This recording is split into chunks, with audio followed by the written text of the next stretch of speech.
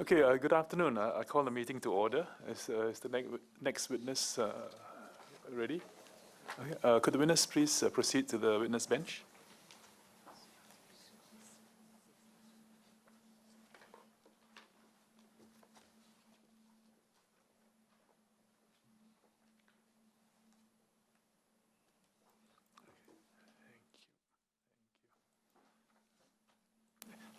Hi, good afternoon. Okay, for the record, could you please state your name and the position you occupy in your organization? Okay, my name is Mohamed Elmie Bin Nekmat. I'm currently an assistant professor in the Department of Communications and New Media, National University of Singapore. Thank you. Okay, the evidence you'll be giving today before the committee will be taken on oath. If you so desire, you can take an affirmation. The clerk will now administer the oath. Please rise. Okay. Please raise your right hand. Please recite the affirmation. I, Mohamed Elmie Bin Nekmat, do solemnly, sincerely, and truly declare and affirm that the evidence which I shall give before this committee shall be the truth, the whole truth, and nothing but the truth. Thank you very much. Please be seated. Welcome once again to the public hearing of the Select Committee on Deliberate Online Falsehoods. The focus for today's evidence gathering session is for us to put questions to you. You have taken a solemn obligation to answer our questions truthfully. And I will now call upon Ms. Rahayu to lead the questions. Thank you, Chairman. Good afternoon, Dr. Elmie. What we will be going to do today will be to go through your submissions and to highlight some of the salient points that, for you to confirm so that it can be put on record. The submission is on record, but this is just to highlight some of the key summary of the matters that you've raised in your paper. So just to confirm, you're an assistant professor at the Department of Communications and New Media at the Faculty of Arts and Social Sciences at the National University of Singapore? Yes. And I understand that your research interests are in the social psychology of online communication, public opinion formation, and civic engagement in social media? Correct. Is that right? You have your submission before you. Mm-hmm. May I just refer you to paragraph 3, part 3 of your submission. You say that both regulations and education-based efforts as both short-term and long-term measures are necessary to safeguard society from online falsehoods. Mm-hmm. Is that correct? Yes. And at paragraph 5 of the same page, you describe the phenomenon of drip effects of falsehoods, and you explain that these can be done over a period of time via constant exposure to consistent information. You say that this can arise from biased information with partisan views, typical of echo chambers and information cocoons. Yes. Is that correct? Yeah. And turning on to the next page, at page 3, in paragraph 8, generally you also point out that in reality, the effects of deliberate falsehood and misinformation in social media can occur rapidly and impact broad segments of society within a short period of time. Mm-hmm. In particular, at paragraphs 8.1 and 2, you pointed to finely calibrated disinformation campaigns carried out on social media using cyber armies and web brigades comprising fake accounts, bots and trolls in social media. Mm-hmm. Is that right? Yes. In paragraph 8.2, you said that these actors can induce virality, produce faulty perceptions of majority opinion on critical issues, and create the illusion of majority support. Is that correct? Sorry, 8.2, the same page, page 3. Oh, yes. Okay. Yeah. Mm-hmm. Do you need me to repeat the... No. And just as a summary of paragraphs, part 3, 4, and 6, you observed that such campaigns are strategically aimed at influencing election outcomes. They tend to be funded by foreign players with multi-million-dollar funded operations and attempts to influence public debates on domestic policies. Mm-hmm. Would that be accurate? Yeah. And in paragraph 9, you point out that the speed in which this information So that would be the next page. Paragraph 9, you point out that the speed in which this information spreads shows the limitations of public education and media literacy efforts. In particular, in paragraph 9.1, you observed that social aggregation and user-generated comments have become compelling indicators of credibility online. And at part 2, you also pointed out that the greater the number of messages expressing a consistent tone, the more it compels one to feel the same way, reinforcing inherent biases and attitudes. Yes. At this juncture, because you were referring to these biases, may I refer you to an article? I think they will be pulling it out in this screen. The Straits Times article which you wrote with Dr. Carol Soon, Fake News Mind Traps, that was published on September 22nd, 2017. Just to summarize the key points, because I think this was also highlighted by Dr. Carol Soon and she gave her evidence. On inherent biases and attitudes, you have written about how the following biases affect us online. One is confirmation bias, assessing new information based on how compatible it is with our pre-existing belief. Yeah? And then you also spoke about motivated reasoning, evaluating information in a way that suits our desired conclusions and outcomes. And there's also the optimistic bias, the often faulty belief that one is less susceptible to risk than others, has been demonstrated among people of all ages and different backgrounds. Yes. That would be right? Yes. And clearly there are also other heuristic tendencies which affect many of us as we accept information. Yes. So going back to your paper, I suppose the paper is very much consistent with the things that you have raised in the article. Yes. And at paragraph 11, you then take the view that legal measures should be introduced to compel digital content distributors to prevent the flow of deliberate misinformation on their platforms. That would be correct? Yes. I note that moving on to paragraph 12, when you referred to pressing on the pressure points, you said that the content distributors you have in mind, which should be subject to new laws, include websites with editorial processes and those that use algorithmic processes to determine which content is to be pushed out. So like Facebook, Twitter, and YouTube. Is that correct? And at paragraph 13, you said these entities, you referred to them because they are major conduits to development and spread of online falsehoods. Yes. That's correct.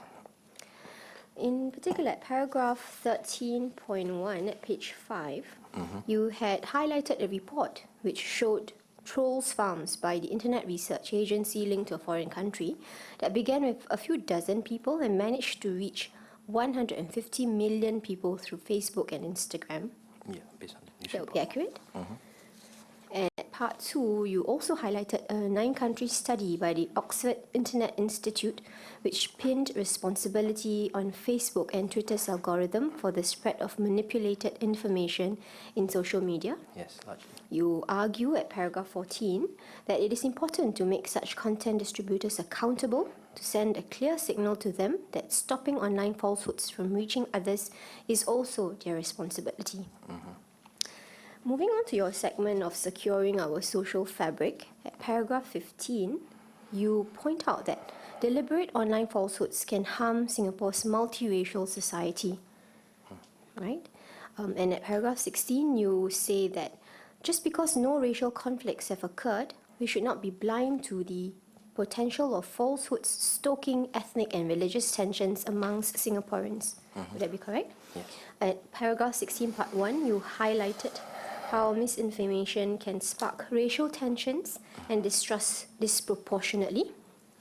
And then at paragraph 17, you had proposed that preemptive studies should be done to examine how fake news and misinformation can sow discord amongst the different ethnic communities in Singapore. Yes. That are pretty much the main points in Yes. your submissions. Correct. Yeah. If I may just, Chairman, with your permission and with the witness's consent, to ask several questions in Malay. Perhaps Dr. Elmie could respond in Malay as well. Boleh. Terima kasih. please proceed. Okay. Terima kasih, Dr. Elmie. Saya ingin merujuk kepada perenggan 18, penerangan anda. Anda ada menyebut tentang kesan kepalsuan dalam bahasa yang berbeza. Bolehkah doktor berikan sedikit penjelasan tentang hal ini? Secara khusus, apakah kepalsuan tertentu yang sekarang wujud dalam bahasa Melayu dan dalam kalangan masyarakat Melayu Islam di Singapura? Okay. Sorry, doctor. They will do a translation. Okay. Wait for the translation and then you can answer. Go ahead, please. I'd like to refer to paragraph 18 of your submission. You mentioned the effects of falsehoods in the different languages. Can you provide a little elaboration, specifically what are the falsehoods which are present in the Malay language and amongst the Malay Muslim community in Singapore? Yeah. So I will speak in Malay. Okay, sorry. Okay. Sebab pertama saya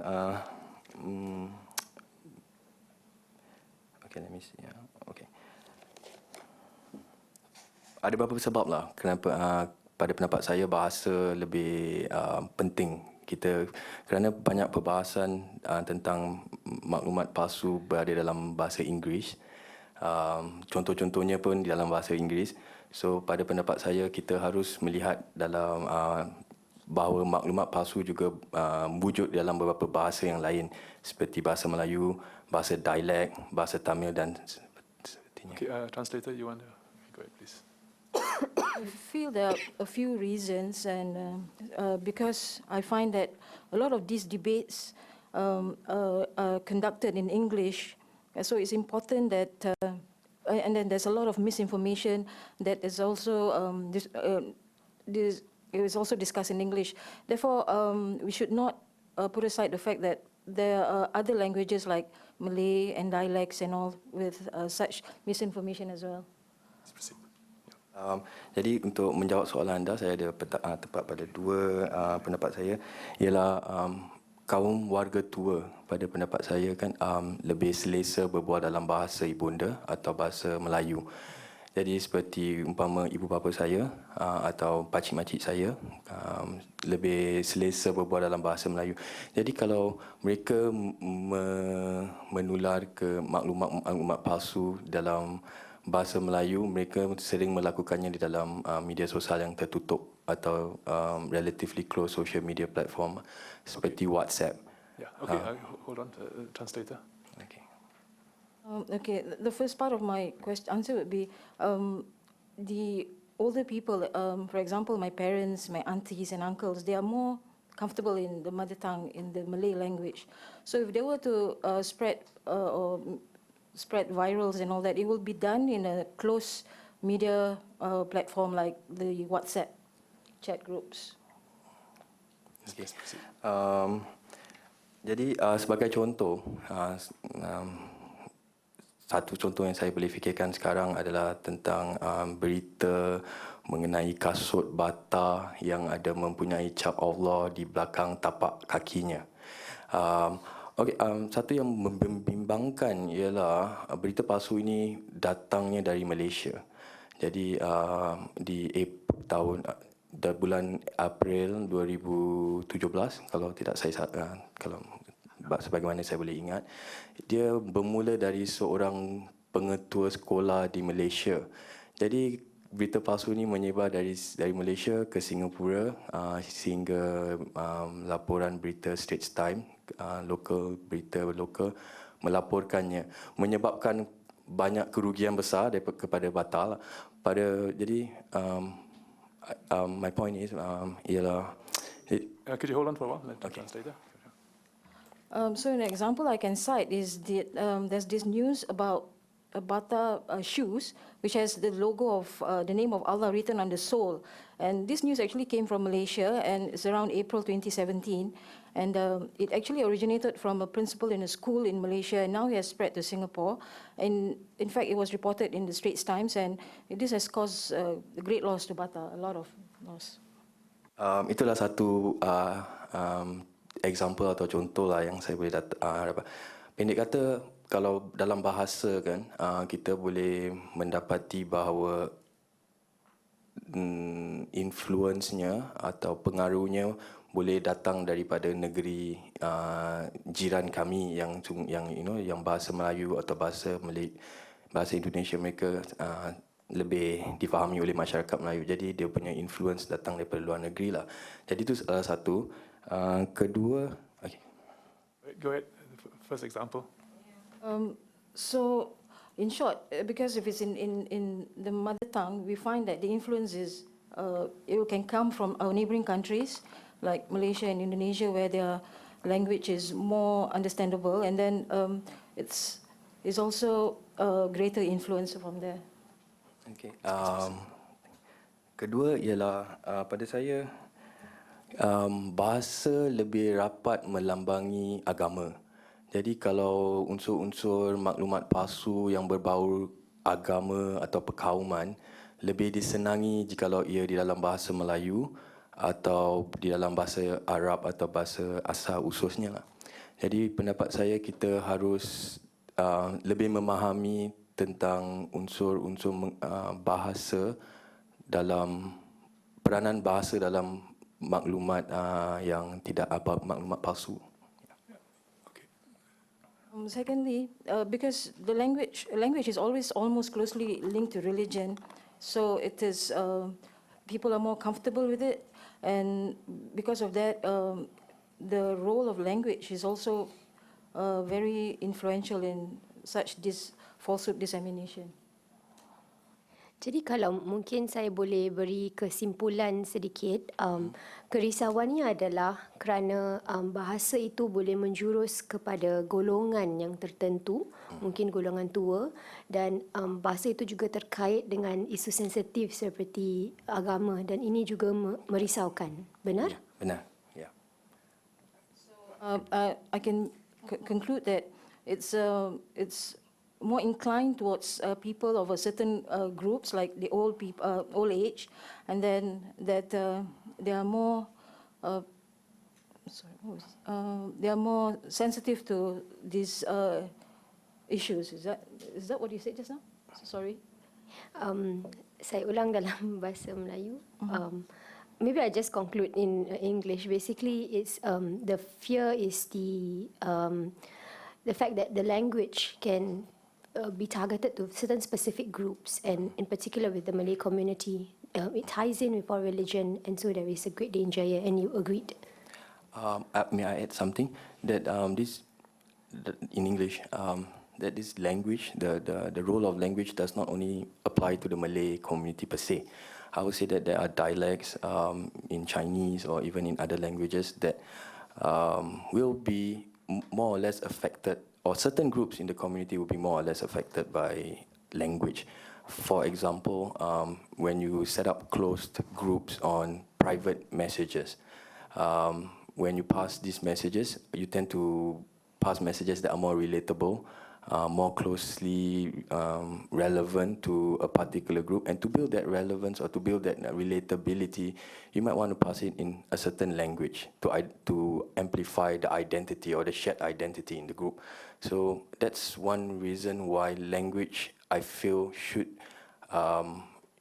not be blindsided in this discussion on online falsehoods, and that it shouldn't be applied to any just one particular community, but in closed groups community via social media platforms. Yeah. Satu lagi soalan. Dalam keterangan yang diberikan oleh pakar-pakar pada hari-hari yang lalu, ada beberapa yang menyebut tentang keseriusan kesan daripada penyebaran kepalsuan di talian ataupun deliberate online falsehoods, dan betapa pantasnya ia boleh tersebar dan kesannya yang berpanjangan walaupun penjelasan telah diberikan. Jadi anda juga telah menyentuh tentang hal ini dalam keterangan anda. Apakah pendapat anda tentang tahap kesedaran masyarakat kita tentang keseriusan perkara ini, dan mungkin apa yang boleh kita lakukan untuk meningkatkan kepekaan masyarakat? Okey, pada pendapat saya, in the submissions given by the experts from the past days, they have mentioned the serious effects of deliberate online falsehoods. the speed at which it spreads and the lasting effects, even when explanations have been given. So you have also touched in this matter. So what are your views of the level of awareness in our community and the seriousness of the issue, and what do you think can be done to increase the community's sensitiveness? Okey, terima kasih. Saya akan memberi penjelasan dalam two parts lah. Pertama sekali, pada pendapat saya tentang tahap kesedaran masyarakat Melayu, terutama sekali tentang maklumat palsu. Pada pendapat saya ini tidak satu yang majmuk, bukan kira semua dalam satu tahap yang sama. Ya, pada pendapat saya, pada yang masyarakat Melayu golongan yang lebih muda, lebih peka, oleh kerana seperti ada perbahasan sebegini, perbahasan nasional sebegini, mereka lebih peka, mereka lebih mengetahui tentang kesan-kesan buruk dan juga cara-cara maklumat palsu dibuat atau dihasilkan. Tetapi pada golongan yang lebih tua atau golongan yang lebih lanjut usianya, pada pendapat saya sikit berkurangan lah. Pertama, ia juga seling berkait dengan apa yang saya sebutkan tadi, iaitu bahawa perbahasan dan banyak contoh-contoh yang diberikan tentang maklumat palsu kebanyakannya dalam bahasa Inggeris. Jadi susah difahami oleh golongan yang lebih tua bahasa Melayu. Okay, hold on. The translator. My answers are in two parts. The level of awareness among the Malays is not standard. Among the younger ones, because of such public debates, they are more sensitive to these issues, and they know the bad effects and how these falsehoods are produced. On the other hand, among the older group, because it's linked to, because of what I've already said earlier, most of examples given are in English, so they cannot really relate to it. Untuk menjawab soalan yang berikutnya, bagaimanakah cara-cara untuk pada pendapat saya ada berbagai cara lah, tapi kalau kita ingin memikirkan tentang cara yang paling berseluruh, adalah penting bagi masyarakat Melayu mengemukakan pakar-pakar di dalam media sosial, seperti seumpamanya pakar-pakar di pelbagai topik. Seperti kalau kita berbual pasal topik agama, maklumat palsu agama, kami harus memikirkan cara-cara bagaimana pakar-pakar agama yang sahih dan berpengalaman dan kredibel ditonjolkan di media sosial. Yes. Jadi mereka harus mempunyai pakar-pakar untuk merujuk. Jikalau seandainya pakar-pakar yang itu ada agama, kalau pakar-pakar kesihatan, pada pendapat saya topik kesihatan adalah satu topik yang bukan sensitif, tapi satu topik yang popular di kalangan masyarakat Melayu apabila mengenai berita palsu.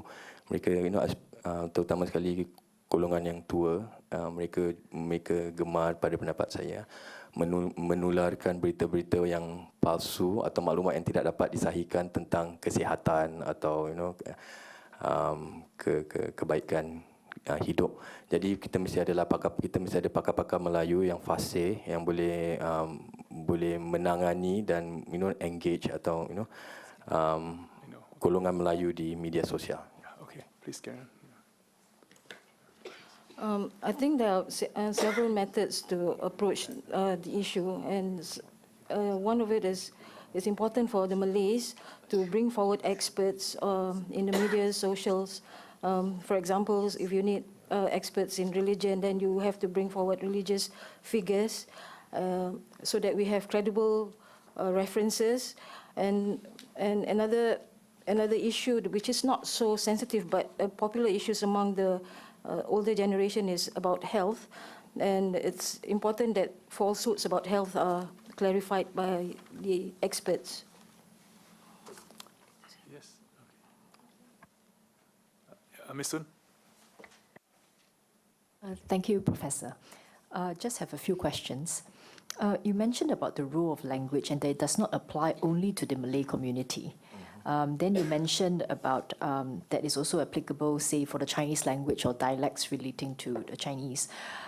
Could I just understand from you if you have undertaken any studies or whether or not you are aware of any examples that are relevant to the Chinese community that you may be able to share with us? Well, okay. I have not taken any studies particular to the effects of language on, its influence on, a certain community.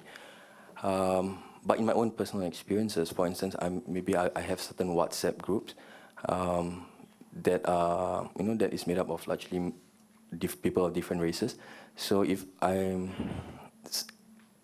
received, like, for instance, messages or, photos or memes in dialects that are not in my dialect, for instance, in Chinese dialect or in any kind of Chinese language that I wouldn't understand. So I'm not concluding that, the effects are false, but what I presume or surmise from my experiences is that, and then they are very relatable to a certain community. So when this language-based information are passed in my WhatsApp group, you will see more responses from that particular group that speaks that language. Yeah, so this is my, Okay, so what you can ascertain is that firstly, there is definitely, based on your experience, there are definitely messages that are catered for a particular language, for a particular community.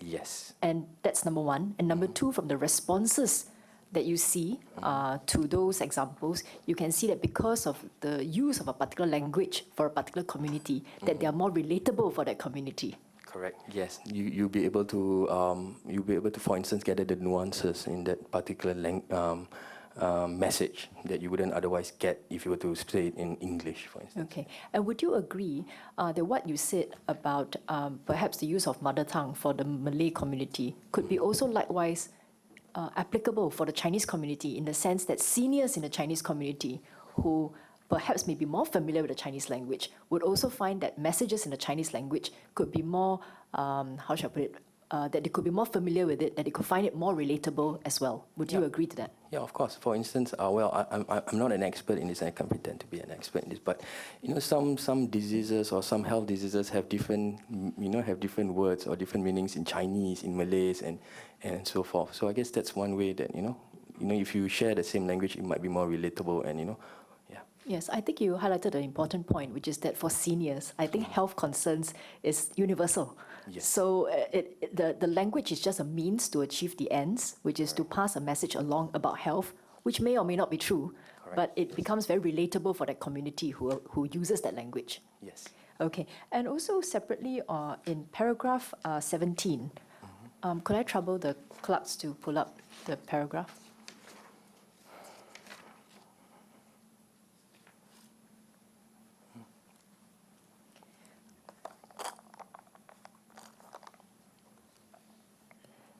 You mentioned in the second line of paragraph 17 that preemptive studies should be done to locate the various online pathways in which misinformation can target and reach members of different ethnic communities in Singapore, and to identify a list of such online sources.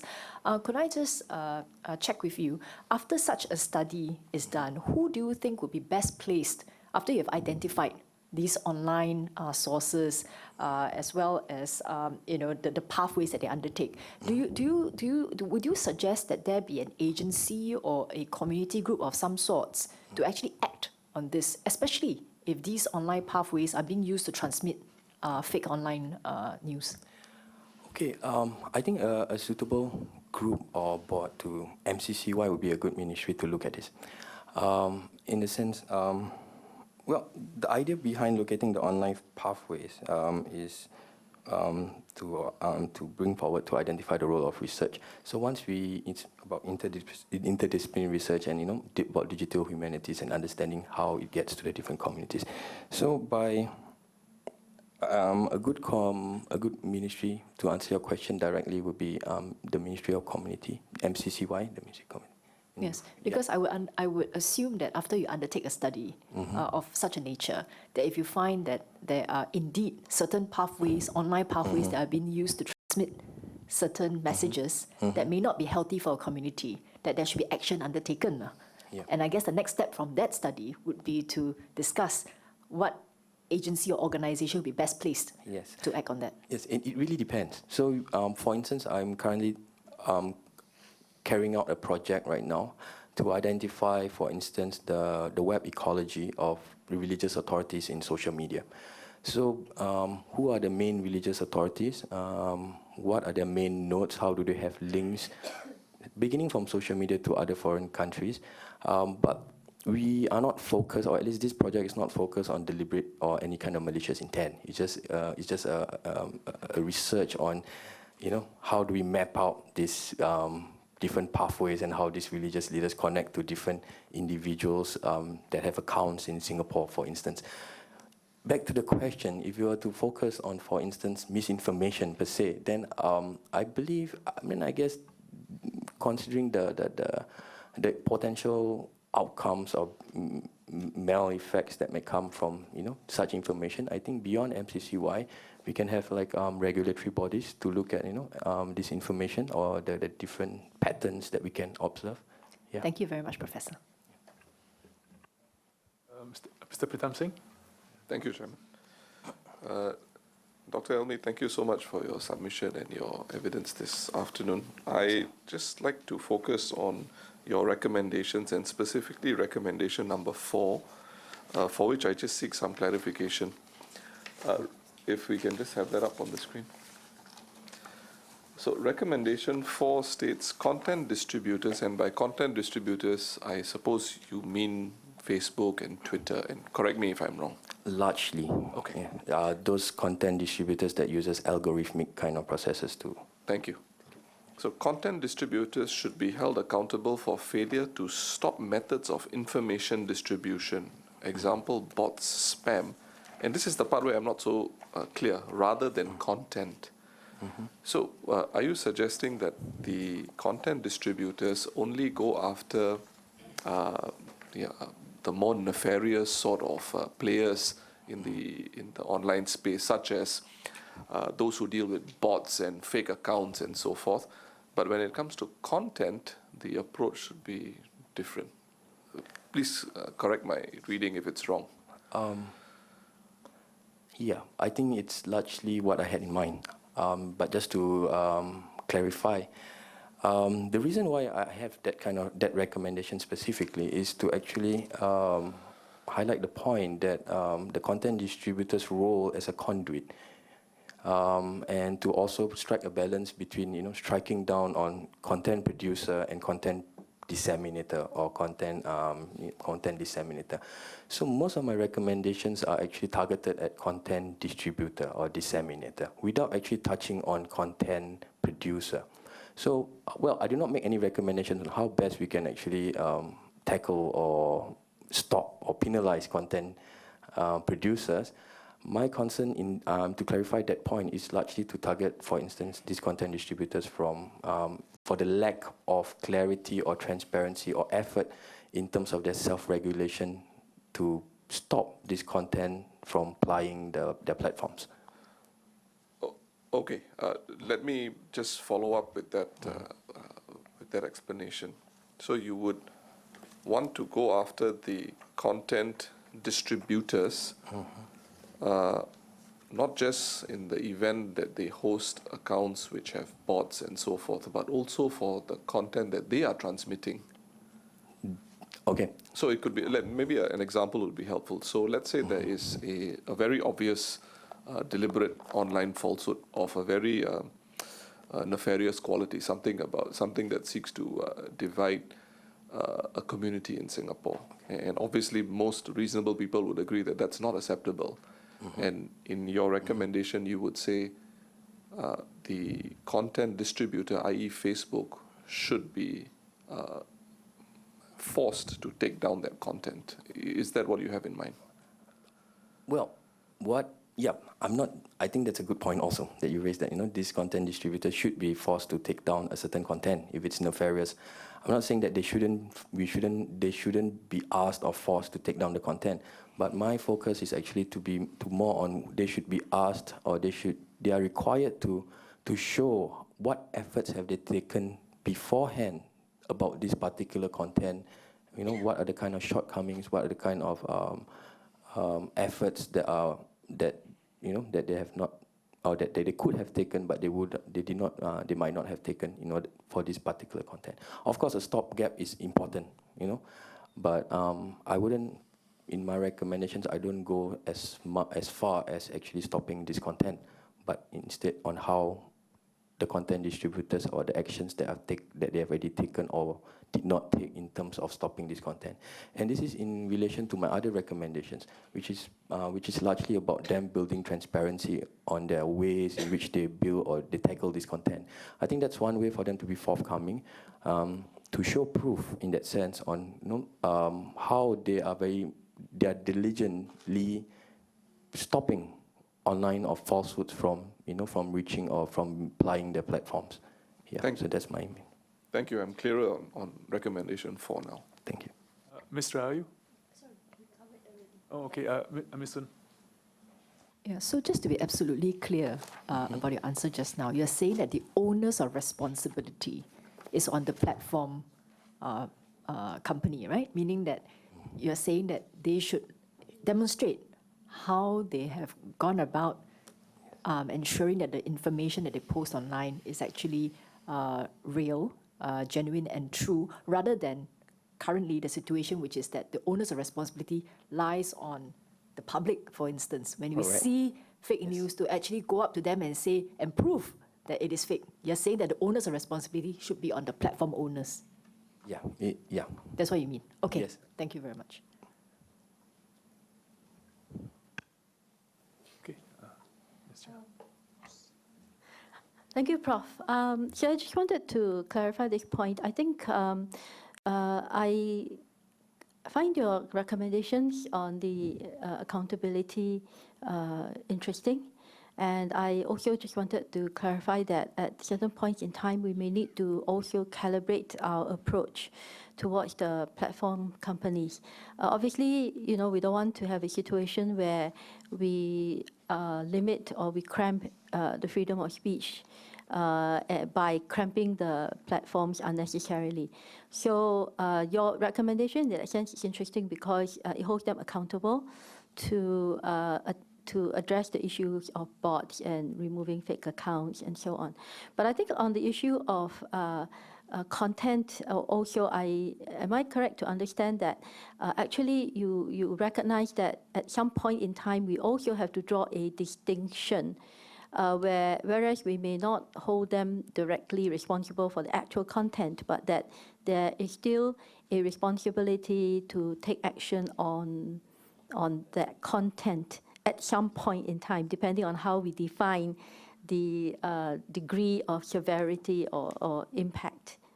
Yes, thank you. The next point brings me to paragraph 5 of your submission, where you talk about the drip effects, and of course you go on later to talk about how something that appears innocuous and very, very small and, just a bit here and a bit there over time can actually amplify. And because of the internet and the proliferation, the amplification and the speed, we actually could have a pressure cooker where all these small little things add up and then suddenly the lid blows. That's the point that you have. So I look at paragraph 5, and so I'm interested from a communications perspective. When we talk about falsehoods being made up of opinionated, biased information, could we flash paragraph 5, please? Yeah, thank you. Opinionated, biased information with strong extremist or partisan views that are typically found in ideological chambers in information cocoons. And number 2, content of such information are not necessarily false, but manipulated and twisted out of context. So I guess the point here is that there is a domain, possibly, where truth and untruth, the line between truth and untruth may not be as clear. Is that what you're saying? Partly, yes. But I guess the main argument is that truth can be created over time. So, you can build truth from partial truths, for instance, over a long period of time. And therefore, you create a worldview based on, being cultivated of the same slanted piece of information over time. Yes. So if you look at the first point under number 5, where falsehood can be made out of opinionated, biased information, this would not refer to alternative views, right? Because you use the word information. Yes. So maybe you could explain what you mean by opinionated, biased information. Okay. Thank you. Such falsehood. Okay, opinionated, biased information is not necessarily false information or fake news or they can be falsehoods in a sense, right? But they are not exactly fake information or false information. What I mean by it is that if you're constantly exposed to a certain point of view, right, on a certain particular information, over time you will develop a very biased view, which is not balanced, ideally, right? Bias. I take bias as in a very less informed view of society. Yeah. Or you could be deliberately less informed. Deliberately less informed, and also, let me give you an example. For instance, like you take pieces of information that are true, that are correct. A recent example that I can think about in the past week is I think one of the select committees, member of the select committee, Dr. Janil Putucherry, actually came about commenting on how Singapore might want to fight fake news in the same strand as we want to fight drugs. And then the moment he speaks about that, a slanted point of view or in certain ideological or certain chambers link that particular statement and slanted it to relate drugs, to relate that statement to how drugs are being punished, which is death penalty, and then come out with, and trying to slant it to a certain view that is obviously not right. Well, I would say that these situations are very much controlled in certain chambers or certain alternative sites. For instance, States Time Review, which people know are parody, but if you were to let it go on in society, the kind of effects it builds up, right, is going to be, in a way, kind of poisonous in that sense, because they kind of mix truth and untruths to produce a certain view or to incite a certain feelings toward a particular person, for instance. And it gets a bit more, dicey, or it gains a bit more credibility when foreign news picks up on this kind of information. Yeah, so that's what I mean by how news can be manipulated in certain chambers. Yeah. Thank you. And it is your position that news of this nature should also be covered under the suite of tools that we need to have to address fake news? In my views, in a very broad stroke, because I feel that current media literacy, because the effects of these particular slants or news are not fast, are not disastrous, they are over time. And so, my recommendations are that, current laws and, current public education efforts, current media literacy efforts are kind of sufficient. But I won't say sufficient. We need to always improve. But my recommendations are largely for laws to tackle this very fast spread of fake news, not exactly the kind of information or alternative views that spread over time. I think that needs to be counted, or public education and more knowledge, balanced information. We need to have a vibrant information economy to foster public debate. Yeah. So the reason why I brought up that example is to show that maybe there are certain laws or public education that are sufficient to address this kind of issues, but when it comes to the complexity of disinformation campaigns, for instance, that we're talking about, we really need newer forms of regulations and more responsibility from all stakeholders. Okay, thank you. Mr. Sia Kian Peng. Prof, good afternoon. I noticed that a lot of your recommendations will indeed focus on content distributors. I wanted your view about on what about content producers? What is your view on that? What should we do about it, if any? Well, my view is that we should not let content producers who deliberately produce information that that serves to separate or sow discord among society, even among people, businesses. We shouldn't let them go easily. That's my view. I think. Well, I can't say for the existing laws because I'm not a lawyer in a sense, right? So I don't go through the laws per se. But I think if the laws are not enough, we should ramp up the laws in that sense, to suit these content producers. Yeah. But on top of that, I feel that content distributors, as a major stakeholder, as a conduit, it's not enough for us to just take it when they tell us, just trust us. We are doing our best. I think we should, in a part, as people or as a government, in that sense, as the government, should actually compel them to play their part, and society should compel them to play their part. Yeah. And in your recommendation 5, you propose that more studies be carried out.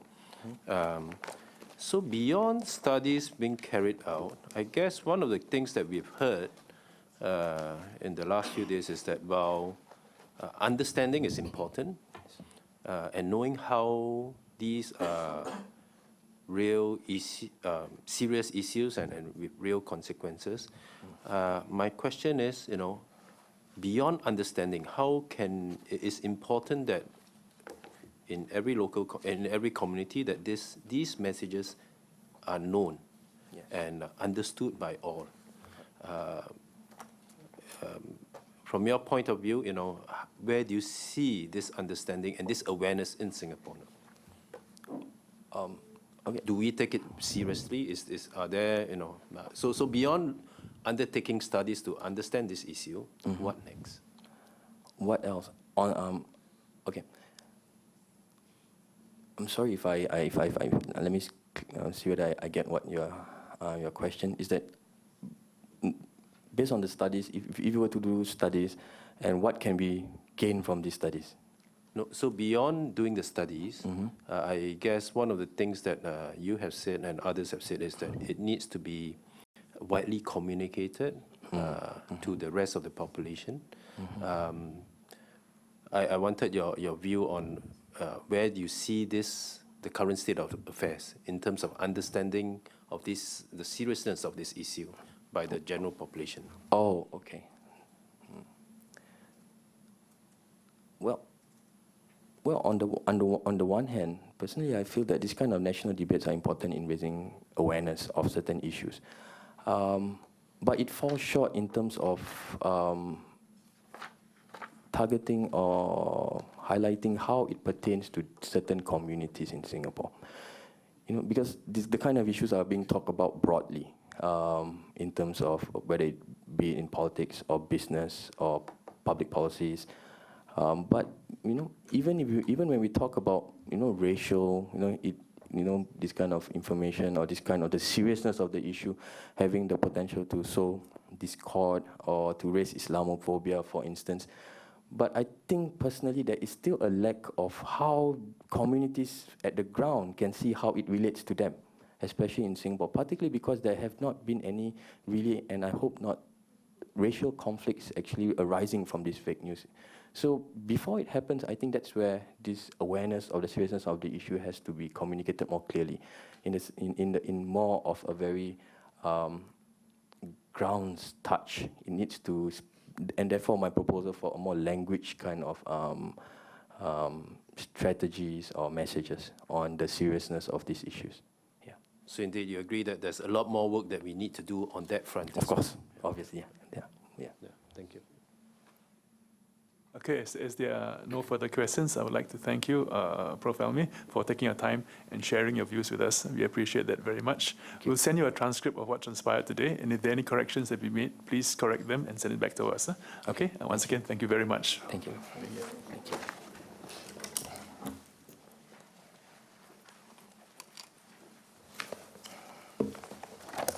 Could I invite the next witness to the witness table, please?